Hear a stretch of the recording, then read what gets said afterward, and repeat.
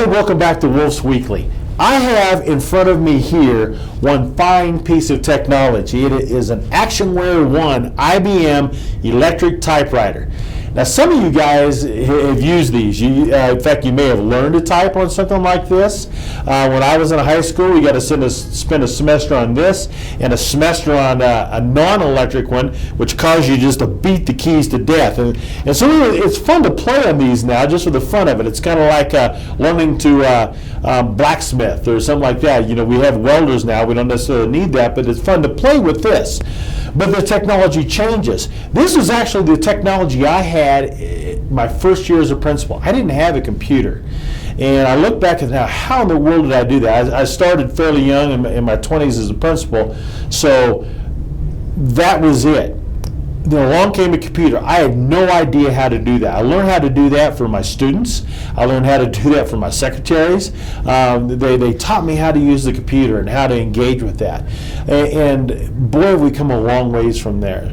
If you'd have told me when I was a teacher that kids could walk into my classroom with a device that had 3 times the power of the computer we used to put man on the moon, and they could access anything in the world, I would have called you a liar. There's no way that could happen, and that would be a dream, especially as a social science teacher, to be able to search the world immediately. Yet that's what we've got. And so we've got these technologies coming at us, and learning how to do that. You're learning the proper way to handle that. For used to be the technology for my grandma was a pencil, and they didn't trust her with it because she might poke someone or write something she shouldn't write or send notes she shouldn't send to people. And you know what? She did all of those, and so did most kids. And we had to teach them how to use the technology. Well, we're working hard on teaching our kids to use that technology. Sometimes the adults don't get it. Sometimes they even our kids, we deal with bullying and such. Sometimes our adults I catch in the community bullying others online, calling names, getting in fights and things that we would never allow our kids to do. But our kids, we're working ahead. That generation's coming, and we're getting better. They make mistakes, we fix it. With our computer, though, we have to be really careful. We're adopting platforms that allow our kids to be able to have really engaging curriculum. Now that engagement, and we're growing in this, sometimes we spend a little too much time on computer. We're backing off and changing that a little bit when we use it, off and on, to be able to make sure that we're engaging our kids with these amazing teachers we have, and not just that screen time. And so as we move forward, the platforms that we've adopted, the platforms don't change much, but how we use them does change. We grow with that, and we're excited about that, to be able to do that. There are a couple schools in Kansas that are kind of getting in trouble with the community on that, and they're getting in trouble because they're not adapting that. They're spending just way too much time with the screen and not as much time with being able to create things, to be able to access, analyze, apply, and then create, to show the learning and show that they're learning how to learn and that they're responsible for their learning.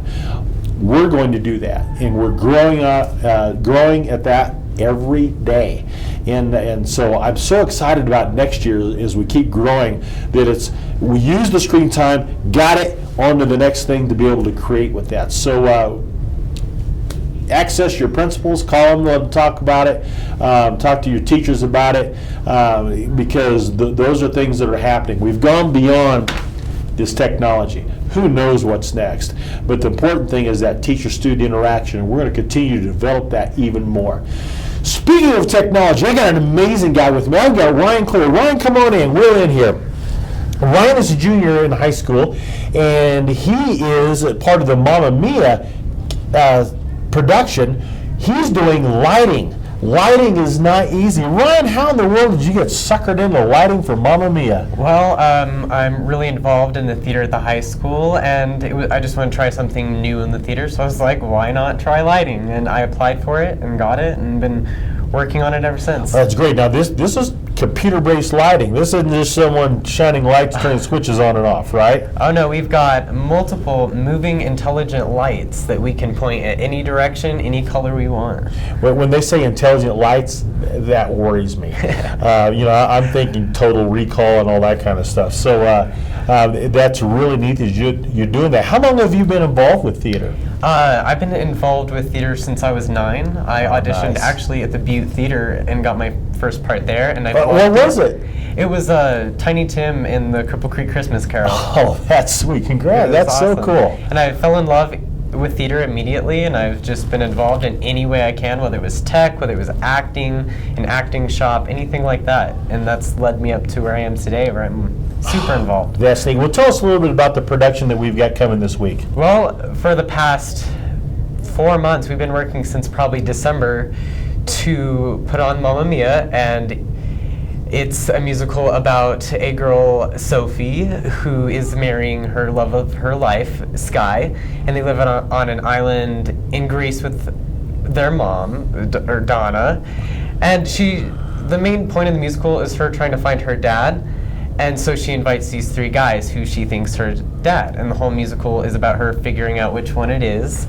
And at the end, they just all end up becoming one huge family, and it's a really nice musical. It's a huge disco dance party. And the thing is, now he doesn't recognize this because it was a hit with my age, ABBA music. I'm singing along to everything. They've got it complete. It's all ABBA music. So adults, if you get a chance to come, you're just going to eat this thing up. The story's great, but the music is off the charts. So us old people, we're in on this thing. That'll be great. We're looking forward to jumping in there and listening and seeing all the wonderful things. I'll be paying attention to lighting as we go, and it's so neat. One of the neat things about this is he's doing something he loves. This is something that Ryan, you can do the rest of your life, can't you? Yeah, I can go to college for it and making a living off it. You can make a living. You can do, and even if you choose to do something else, you can always do that as a hobby.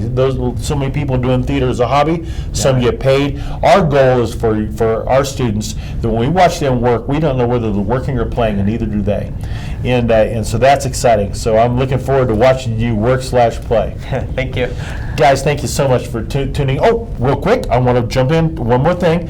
After this, I'm leaving, and it will have already happened by the time I kick it out. Then Morton Dixon tonight is getting, and we're filming this on Tuesday, is getting put into the Hall of Fame for the Colorado High School Activity Association, and we're very excited. We're going to celebrate Morton Dixon. If that name doesn't ring a bell, it's Dixon Auditorium that Mamma Mia is going to be in. So now, thank you for tuning in to Woolf Weekly. We'll catch you next week.